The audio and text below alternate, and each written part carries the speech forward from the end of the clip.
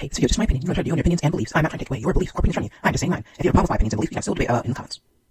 Welcome to Conline Critic, Philosophy Fault Finder, where I get facts wrong about your favorite philosophy.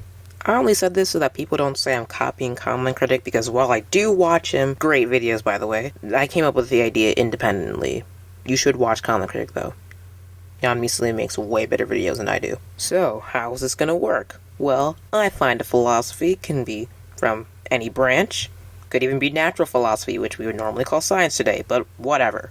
I'm going to find that philosophy, I'm going to research it, I'm going to review it, and then I'll make a video about it where I rank it against all the other philosophies in that category, and I'll give it a rating. But since this is philosophy, we need a chair.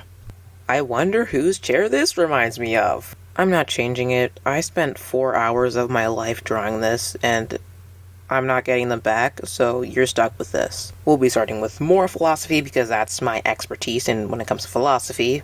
So let's talk about divine command theory, my least favorite moral philosophy. So what's divine command theory?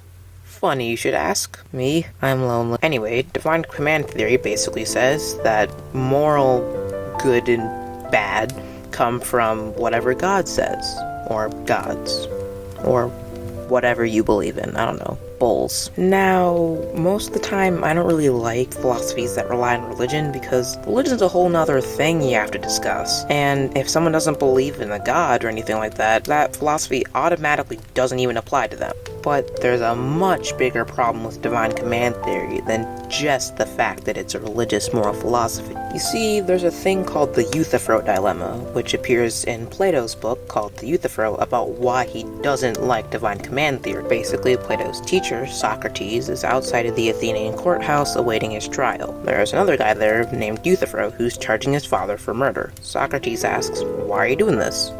Euthyphro says, "Because the god told me to do it." Then Socrates asks the important question, are you doing it because the god said so, or because it's the right thing to do? If you really think about this for a few seconds, you see two different options. In philosophy, when there are two different unpleasant outcomes, we call them horns. The first horn implies that whatever God says goes, and while you may think, why would that be bad? If tomorrow God came down and said, hey guys, I'm just gonna reverse the 10 commandments, all the stuff I said before that you shouldn't do, you can do that now, would you still do it? Would it be morally right?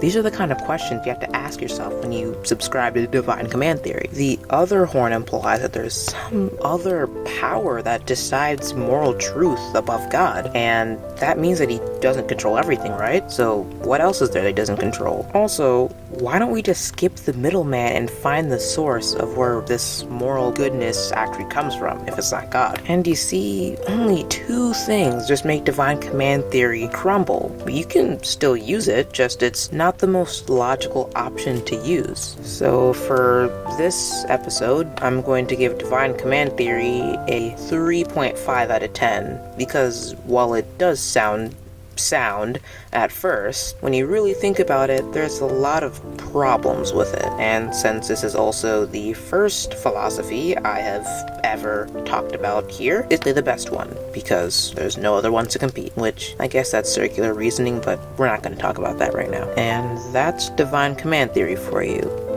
When I make the next episode of this series, I will cover a more interesting one. While it's still going to be a religious one, it'll be a bit more interesting and make more sense, so look out for that one. Hey, I took 2 weeks off. I was going to make some videos during the break, but I just didn't because it was going to be problematic.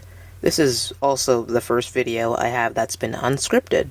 Even this part's unscripted. That's why there are some kind of weird inflections of the video, because I was just saying it as I go along. I hope you guys enjoy this, whoever watches my videos. I plan to make more of these philosophy videos. I do have one other non-linguistic video prepared. After that, I'll be continuing my IPA Summarized series, which hasn't been doing pretty bad. It's actually been doing decently well. So, someone's watching it. So tune in next time for the next episode of Philosophy Fault Finder. I need a better name for the series.